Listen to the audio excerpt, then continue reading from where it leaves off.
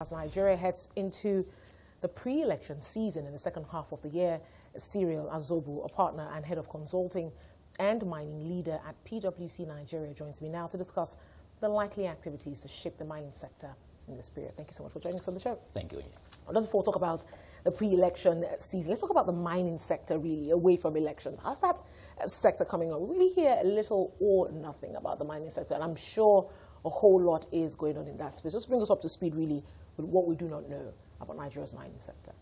Okay, well, traditionally, from time, mining has been a sector that had been neglected due to the oil we found, and there hasn't been focused attention, from government side on mining. Over time, successive governments have tried to, revamp the sector, and what we found in this administration really is that with the efforts to diversify the economy, there's been a lot more traction in terms of how the mining sector has been looked at.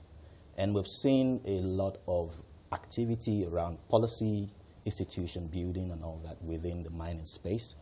And we think there's a lot of background work that's been done, that has raised confidence, investors and as well as players and current players in the industry. So we've seen a bit of traction coming on stream with the sector. What we've also seen is that over time, it's been about 0.3% contribution to GDP. Now it's about 0.5% contribution to GDP. The new roadmap suggests that it would contribute about 3% by 2025. And so with the efforts that we've seen over time, and that's sustained, over the coming periods, we should be able to see that come on, as Nigeria. But so don't you find it interesting that we're still talking about, putting in place the right policies and building the right foundation after all these years? I mean, you answered that question by talking about the fact that we have focused on oil for a very long time. But what begins to call, for worry for me is when we're beginning to import mineral resources that we can actually extract here in Nigeria. How bad is the situation? Are we seeing a reversal? Well, I think I agree with you, it's really bad. We can't be importing minerals, or we can't be importing materials that we already are endowed with. I mean, in terms of policy, building the framework for the policy institutions for mining, in Nigeria, over the years you find successive governments come and then policies change. But what we've seen this time is some sustained tempo. Okay. And we previously had, up until now, we had two ministers, for this administration, the minister and the Minister of State. The current minister has moved on, right? And the current minister, who was the Minister of State, has kind of carried on the agenda that has been set up. So we've seen some consistency. We've seen some stability. You need to get the policy right before you can get active play within the sector. No foreigner will come in when you don't have, sustainability in your policies. And I think that would take a lot of time to really develop.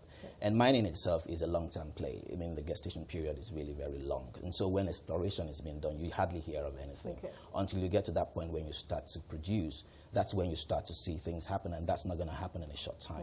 But what is happening, that there's a lot more, confidence by investors in the sector, and people are actually looking forward to what will come out of some of these initiatives that government is. I like when you talk about the fact that sustainability, and really that's what's going to keep investors interested. But then we're talking about ushering in a new era next year. We're not sure if it's going to be the current administration that's going to remain or the next. And we understand how these things change in Nigeria. With every administration is a new policy. Do you think the sustainability we're seeing right now will be short-lived? I don't think so. So what has happened is an engagement of various stakeholders within the sector.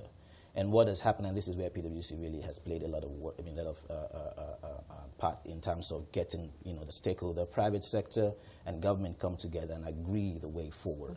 And so in terms of new administration coming in, you can't just do things outside the stakeholders involved. And because the stakeholders have seen sustained, progress in terms of, getting the policies right, and then, continue to implement that, the new whoever comes in will have to take up from there. Actually, the new administration did consider the previous roadmap, because there were two roadmaps in between the last two administrations, right?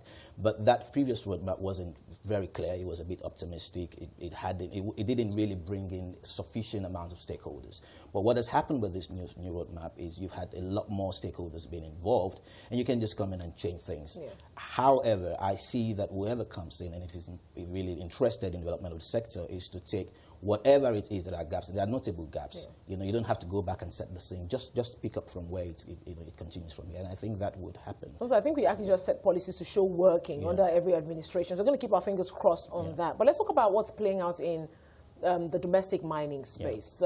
How easy is it for anyone to operate within that space today? I say this because, I mean, they haven't reported cases of illegal exploration to begin with. Do you think this is happening because it's really difficult to operate within this space? Why are people going through the back door? I mean, it's been because of years of neglect. I mean, you would have a lot of illegal mining. And then these are, you know, the mining sites are bushes where you can hardly have control over. You don't even have visibility over what goes on in all of those areas.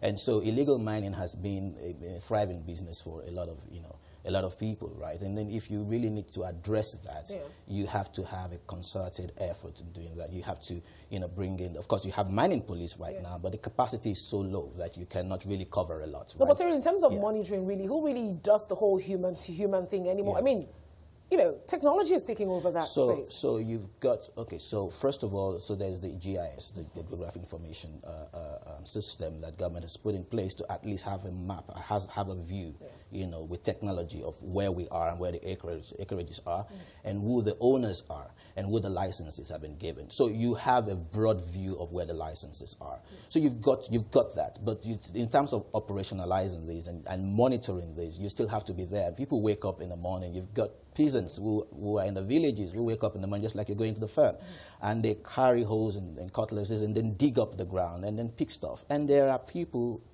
albeit from outside the country, who patronize them, who encourage these things because they take them off them, albeit they pay low for it. And so as long as there's a buyer, and these people are encouraged to do this, it will continue to thrive. And there's an open border. And there's an open border, right? But what the government has done really is to organize these, you know, illegal or called artisanal miners into formal, you know, cooperatives, such that you can then encourage them to make it more formal.